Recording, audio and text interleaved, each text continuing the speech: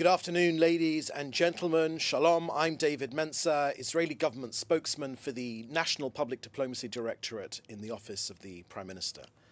This is a special briefing this Tuesday, the 18th of March.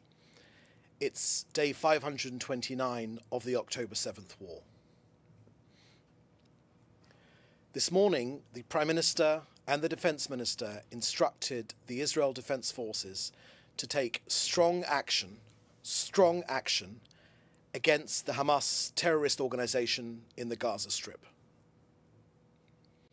Why has Israel taken this action? For two reasons.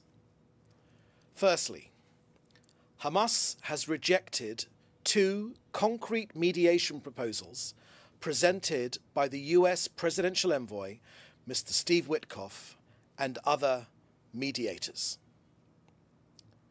Israel agreed to these mediation proposals. Hamas has rejected all of the proposals. All of the proposals. Secondly, Israel has knowledge that Hamas was planning to carry out terrorist attacks against Israel. Hamas was using the ceasefire to build up its forces and rearm to re-attack. As a result, with the approval of the government, Israel's armed forces launched precise, preemptive strikes against Hamas and Palestinian Islamic Jihad targets throughout the Gaza Strip. The following targets have been successfully hit: Hamas military commanders, officials in Hamas's leadership, terrorist cells, launch posts, weapons stockpiles, and military infrastructure used by these terror organizations, which were ready and primed to attack our people. I can confirm these strikes are ongoing. Ladies and gentlemen, Israel has learned our lessons from the October the 7th massacre. Israel will never again allow Hamas or any other genocidal terror force to build up its terror forces on our borders.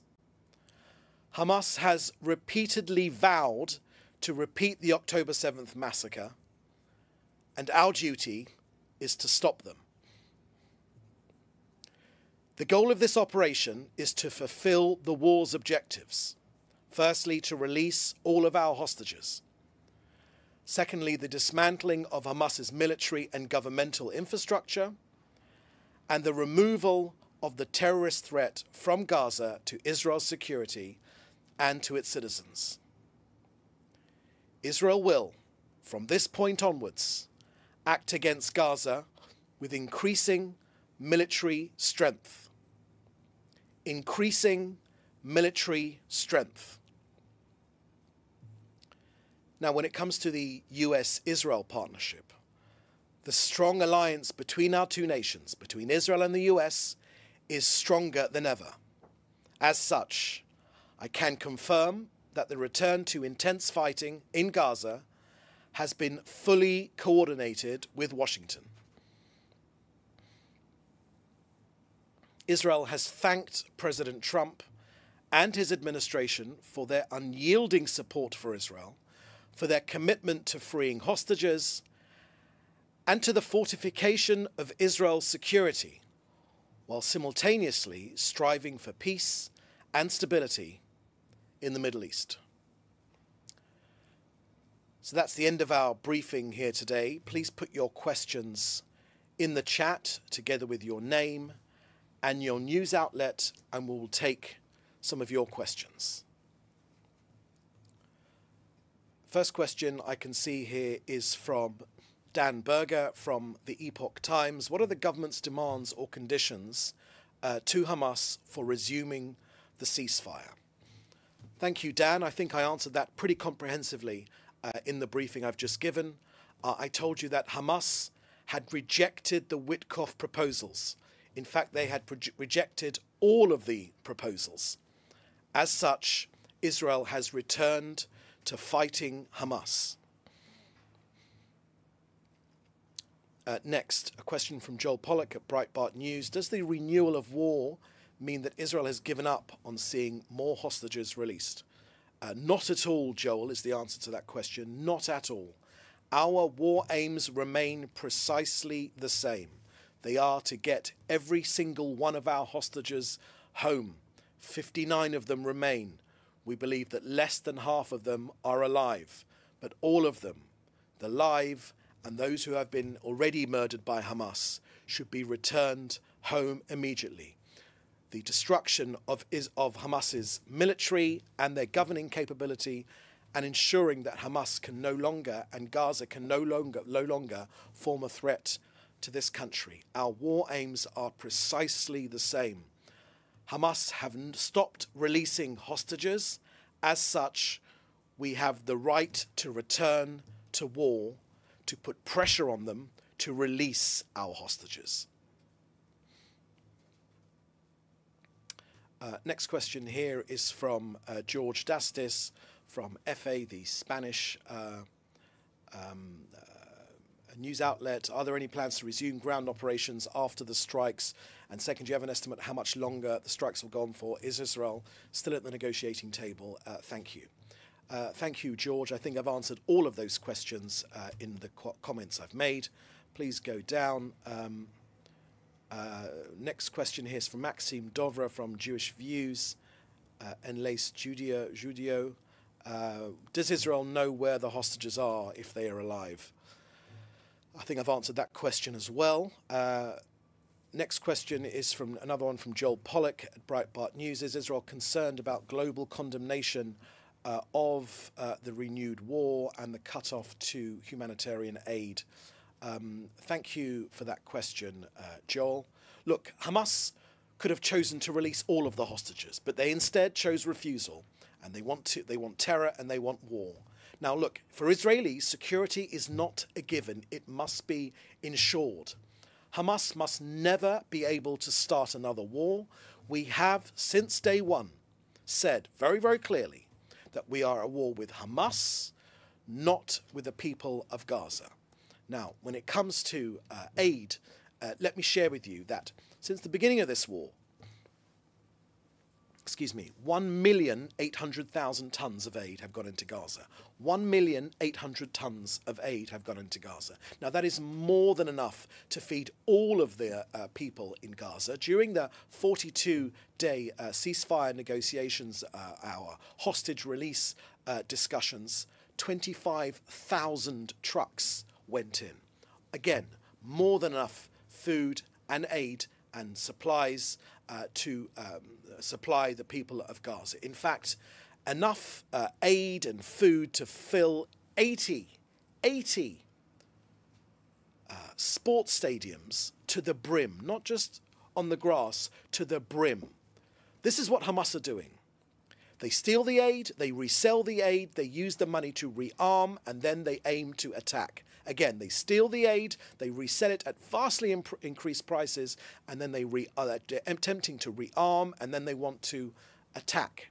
During this 42-day period, this of phase one, 25,000 aid trucks entered Gaza. There is no shortage of food in Gaza whatsoever.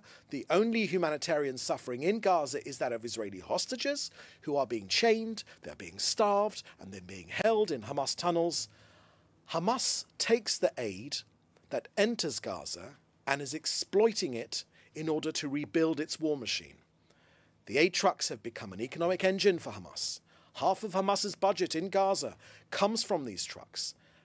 Now, it was actually the former president, President Biden, that clearly stated on October the 18th, 2023, he said, these are his words, if Hamas diverts or steals the aid, it will stop. So aid that goes to Hamas is not humanitarian, and enabling the enemy to resupply itself so it can regroup and re-attack us, as our intel has very clearly shown, that is not humanitarian. It is suicidal, and we will not allow it. Okay, next question here I can see is from Francesca Kicardi from another Spanish outlet, El Diario. You're saying that among the targets are residential buildings, tents of displaced people and others. Civilians have been killed apart from terrorists. Can you comment on that? Thank you for that question, Francesca. Yes, of course, that is the Hamas propaganda, which you have very diligently repeated, Francesca. Let me tell you our point of view when it comes to this policy. Hamas continues to use the civilian population in Gaza as human shields for its terrorist activities. They continue to use their own people as human shields, which is an international war crime. And Hamas continues to openly incite terrorism against Israelis, which is why Hamas must never be able to start another war. As we've said since day one, we are at war with Hamas and not with the people of Gaza. This morning, very precise instructions were given in Arabic to Gazans to evacuate the areas we were attacking. Gazans would do well to protect themselves and their families, to move away from those areas where we know there are terrorists, to move to areas which the IDF has precisely guided them to.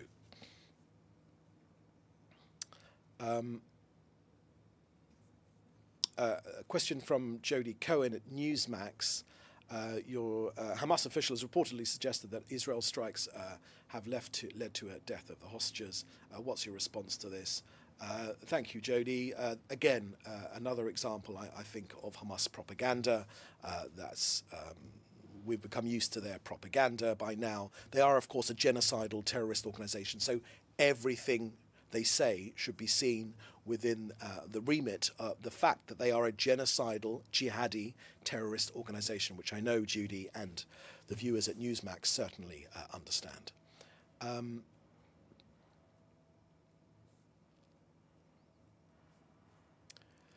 Another question here from the BBC, Amir Nader. What's your response to the Hostage and Missing Families Forum that the government has given up on hostages and is pulling out of a deal that would have brought everyone home, military pressure? Okay, thank you for that question, Amir. Just a reminder, Amir, and the BBC, it is Hamas that took these hostages. It is Hamas that continues to hold these hostages. It is Hamas that could set them free, and it is Hamas that is not setting them free. It is Hamas that has murdered our hostages. It is Hamas that has tortured our hostages. It is Hamas that has starved our hostages. Now, simply falling into your line of reasoning, I think, does the work of Hamas, which, to be fair to the BBC, they have been engaged in already very, very recently, paying the families of senior Hamas officials for what is essentially Hamas propaganda, and then passing it off as a real account of what's happening in Gaza, which BBC have had to apologise for. Now, when you repeat the Hamas propaganda, when you give news using Hamas figures, which are of course, Hamas figures, Hamas cannot be trusted. They are a genocidal terrorist organization. Okay, that looks like the last question. Yeah, I think there was another question we had from James Marlowe regarding the attacks, some action in Syria and action between Syria and Lebanon. Okay, James, thank you for that question. Look, I can share with you that just now the IDF released details of our own Air Force, which had attacked artillery in Khan Arnaba, the area in southern Syria, that posed a threat to Israel. We've made clear that the presence of weapons in southern Syria constitutes a threat to this country, and the IDF and this country, mandated by the people and the government will not allow a military threat to exist in southern Syria, and we will act against it. Israel will not tolerate the presence of military equipment in southern Syria because we know that it will threaten our citizens, and that is why we are taking steps against it. So any attempt by the regime in Syria and their forces and other terrorist organizations to establish themselves in the region will be thwarted. Just very, very recently, in the last few days, the IDF has attacked other military targets in southern Syria, and among them command and control centers and sites containing munitions and equipment that belonged to the previous regime, which have been attempted to be put back into operation, which means that Israel will not allow terrorist organizations to re-establish themselves in Syria and turn its territory into a front base for Iran. Last week I told you about that the Air Force attacked other command and control posts of Islamic Jihad organization in Damascus, from which the organization has planned and managed terrorist operations against Israel. We are well aware what the Syrian regime is. We know where they come from. We know that their providence is ISIS and Daesh, and that is why, and Al-Qaeda as well, they've never condemned the October 7th massacre. Indeed, they've welcomed the October 7th massacre, which is, of course, because they are also jihadi terrorist organizations. Okay, that's the last question. So with that, thank you for joining us. We are available for interview and for any other questions. So in the meantime, please do stay safe, and we'll see you at the next briefing. Thank you. Bye-bye.